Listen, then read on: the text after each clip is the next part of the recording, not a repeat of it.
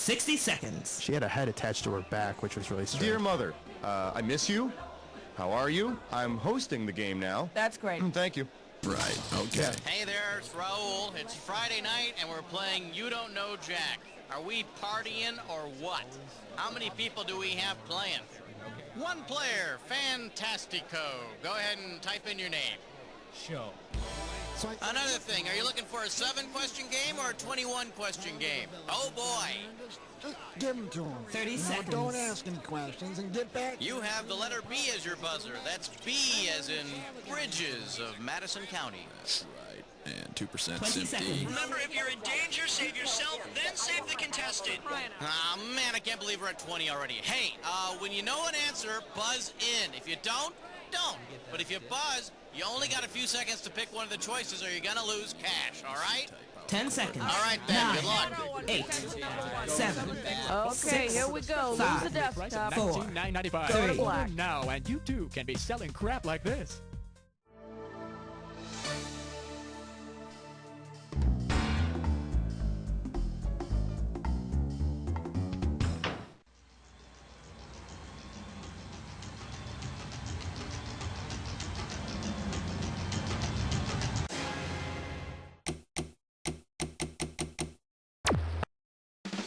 It's time for the show where high culture and pop culture collide.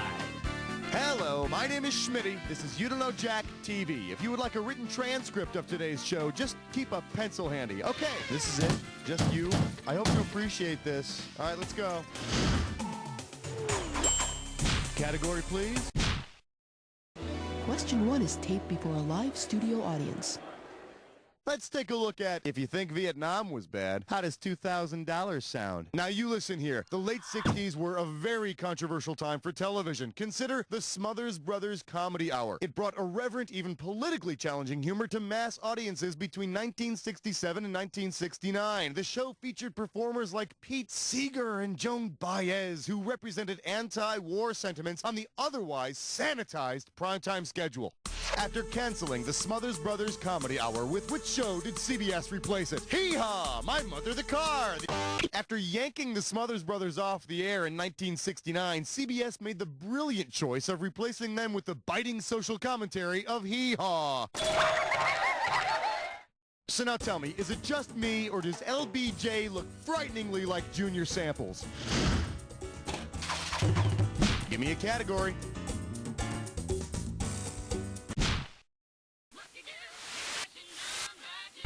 Let's see what we got going. But check out the coconuts. I'm gonna give away $3,000 this time. Now, since you're playing this game, I'm gonna assume that you're a TV addict. So, imagine you're stranded on a desert island with a radio but no TV. Since it was not broadcast as a radio show, which of these programs would not give you your TV fix? The Lone Ranger? The Untouchables was never a radio show. So, with no TV, Elliot Ness and his men would be untouchable indeed. Unfortunately, so will pay-per-view bikini contests and the Home Shopping Network. Time to pick a category. This is question 3. Let's have a big warm welcome for the best little whorehouse in TV land. I'm gonna make this one $1,000. Hey, remember that big to-do about the Mayflower Madam, that society lady who ran a whorehouse in Manhattan? Well, try this on for size.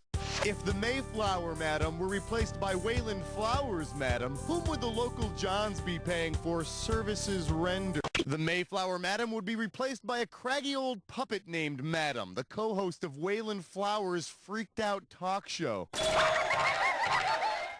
Too bad the Mayflower Madam didn't know Wayland. When she was arrested, he could have pulled a few strings.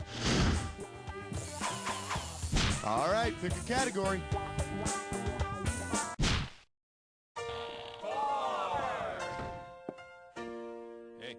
This category is known as I Promise Richard Dawson is not the right answer. $2,000 for correct answer. Okay, we're gonna do this question in like a Family Feud motif, all right? You gotta buzz in and type the most popular answer to get the cash for this question. You got it? Here we go. We asked 100 people we found hanging around the studio to name a TV game show host. You want it? Okay, like a moment ago, I just got through. Oh, it's still up there. Look at it right there. It says, I promise Richard Dawson is not the right answer. I don't understand. What, did you think I was jerking your chain? Come on, now you're going to pay. Let's see which TV game show host the most people named.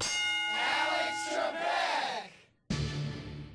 28 people said Alex Trebek, which makes a lot of sense. Most of the losers who hang around this studio spend their lunch hours watching High Rollers. You know, at least you can get a good craps game in. All right, I need a category. Hey, smart move, my friend. You just got your hands on a dis or dat. And this dis or dat questions category is, give me the entendre and make it a double. All right, I'm going to list off. All right, if you already know how to play, I'm just going to put 30 seconds on the clock then. Let's do it. Enos, real show or fake show? Jag. Herman's Head. The Ropers. The Chisholms. The Red Hand Gang. Last one, Kissy Fur.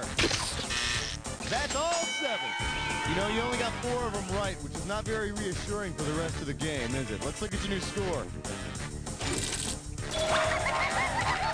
Enjoy those table scraps. Throw me a category.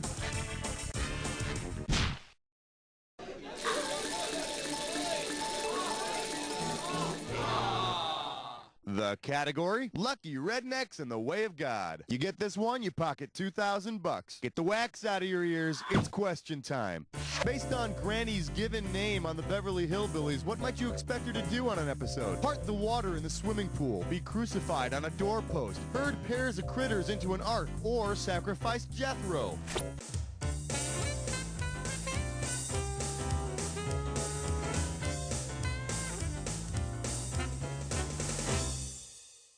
Hey, if you got a minute, take a look at this.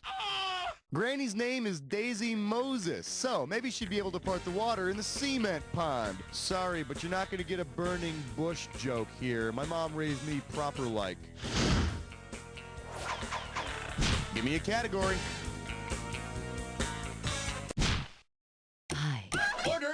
Don't shoot. Got him out. Tonight. Savory. I love you, question 7. Open wide and get ready for America's funniest practical jokes of the rich and famous. You get it right, you get $2K. Okay, hey, pay attention here. And when you know the answer, buzz in and type. Imagine you're stopped at a red light and the person in the car next to you hangs out the window and asks, "Pardon me, do you have any Grey Poupon?"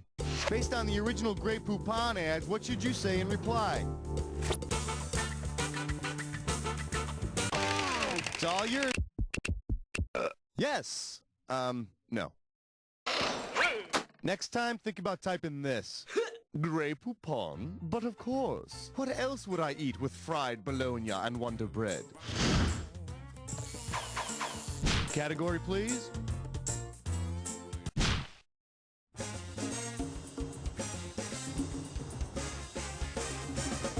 Well, what do we have here? Smokey the Mouse. We're playing for $3,000 this time. Ready? Catch this.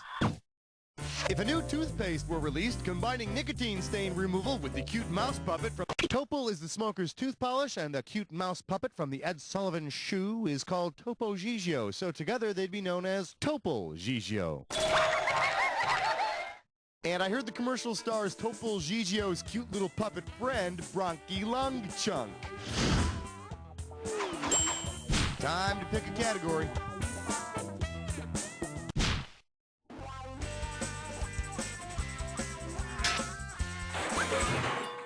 The category is Before Stimpy and Scratchy. You get this one right, you get 3,000 greenbacks. All right, pay attention. I'm going to say this one time because it's hard to do. The year is 1929, and in order for RCA engineers to focus their cameras under the intense heat of the lights, a 12-inch statuette of one of America's favorite cartoon cats is broadcast for hours on end. What fun!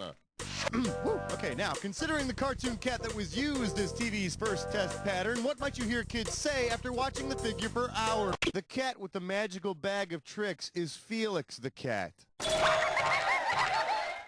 Man, Felix is without his bag of tricks, he's as stiff as a statue of an eternity, and the professor in Rock Bottom still can't catch him. Now that's a cat! Throw me a category.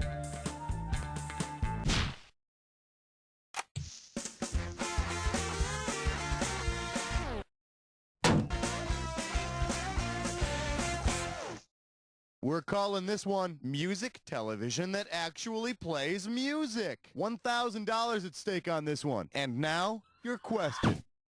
If VH1 were actually seen on Broadcast Channel 1, what would be the most appropriate type of music videos for the network to show? Emergency Broadcast System Dance Party? This is a test. This is a test. Should have picked this one. The FCC has assigned Channel 1 to the military for civil defense situations, so there you have it. I guess the new defense strategy would be to play nothing but Hootie and the Blowfish until our enemies beg for freaking mercy. Now, if this were a TV show, this is where you get up and use the bathroom, but I'm in kind of a hurry, so let's move right into round 2. Now, in round 2, every question is worth twice as much, so there's going to be some big cash moving around. Let's get to it. All right, I need a category.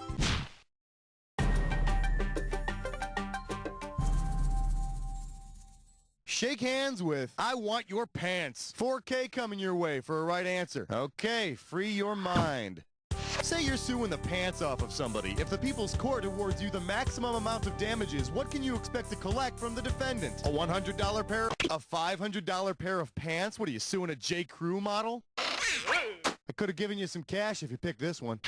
The maximum amount you can sue someone for on the People's Court is $1,500. Speaking of pants, did you know that Judge Wapner never wore any? Okay, that's just an urban myth that I am determined to spread. All right, pick a category.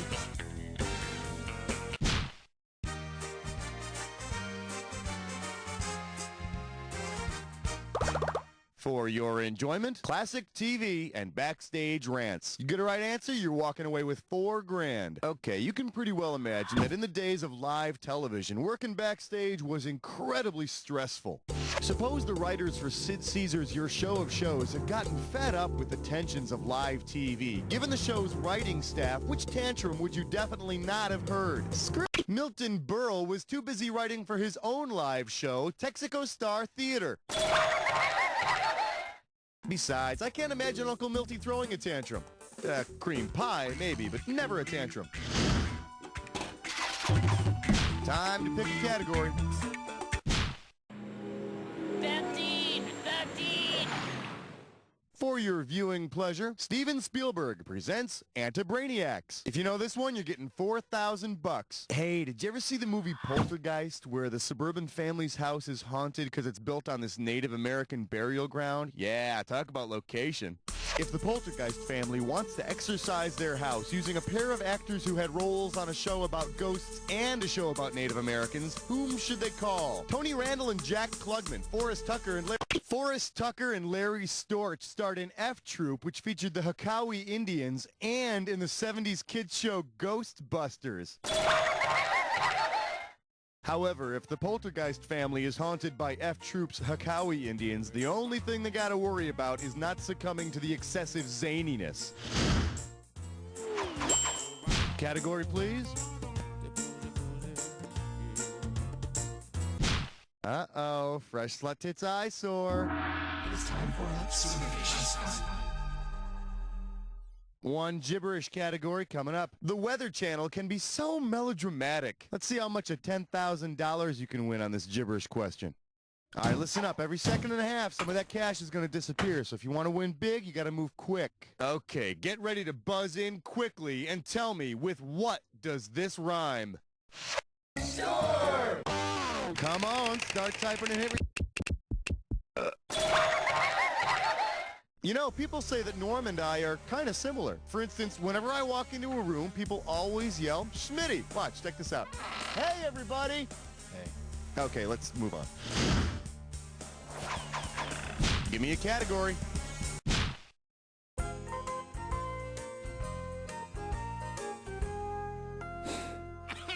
This one's called Anything for a Vote. Heads up, this one's going to be $6,000. All right, let's imagine that Bill Clinton goes absolutely nuts and decides that everything he needs to know about running the country, he can learn from TV. If President Clinton were to follow the example of the president on the 80s sitcom Hail to the Chief, what would he have to do? You got it. No, you don't. I'm just messing with you. For the curious, here's the right answer. On that show, Hail to the Chief, the president is played by Patty Duke. So aside from becoming a transsexual, Bill would also have to become really, really perky. Throw me a category.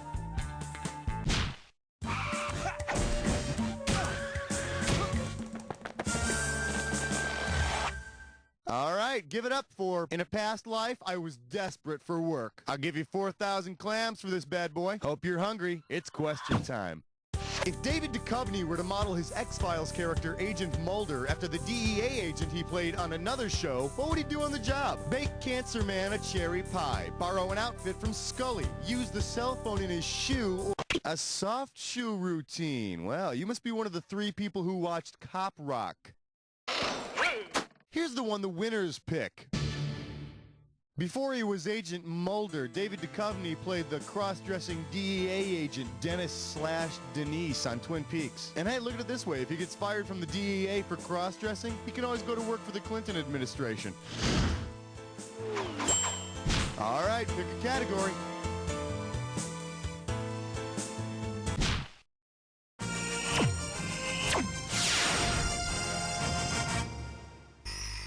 I believe this one is called In a Manner of Speaking. 4,000 big ones for a right answer here. Okay, take a look at the following analogy, and when you know the answer, speak to me by buzzing in. You got it?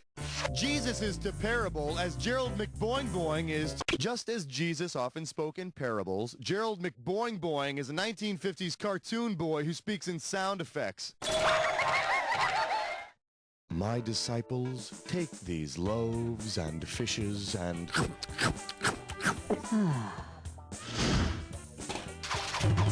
All right, I need a category.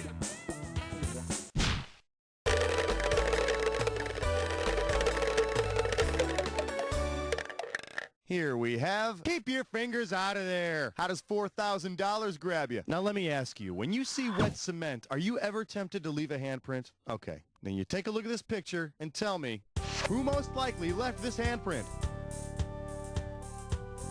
The man from Atlantis, Mr. Belvedere, Airwolf, or ISIS?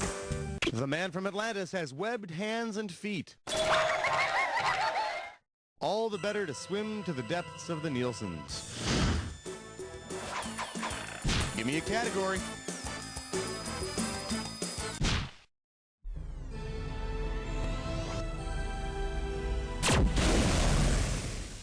And our special guest tonight, which makes me hippest, a cigar or a martini? Sit up straight, this one's gonna be worth $6,000. All right, give me your best shot.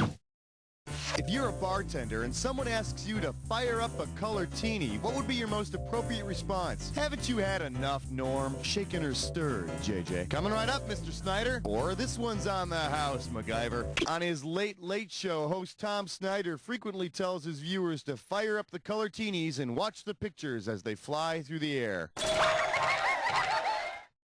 No one's really sure what the hell it means, though, proving that Tom probably enjoyed a couple of colortinis the day he thought it up. Category, please.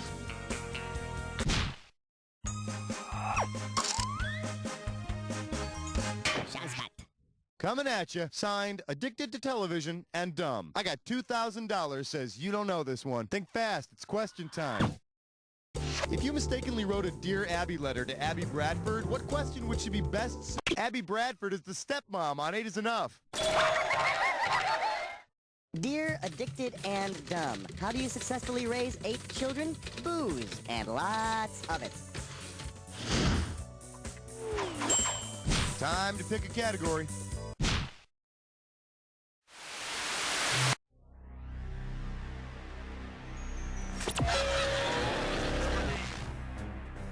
Welcome to the Always in a Hurry. I bet you're a joy to hang out with. Here's your clue. It's mine, I tell ya. Good luck. You're gonna need it.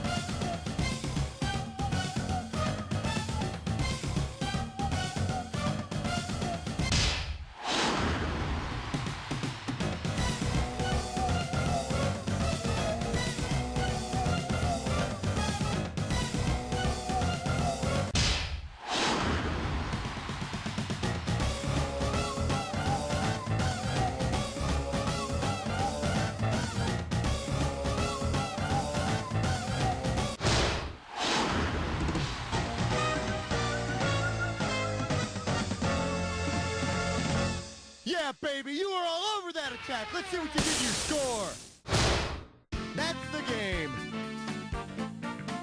Way to go, my friend. Like I always say, it doesn't matter whether you win or lose as long as you get to play with yourself. Now get the hell away from the computer, will you? Because you don't know Jack!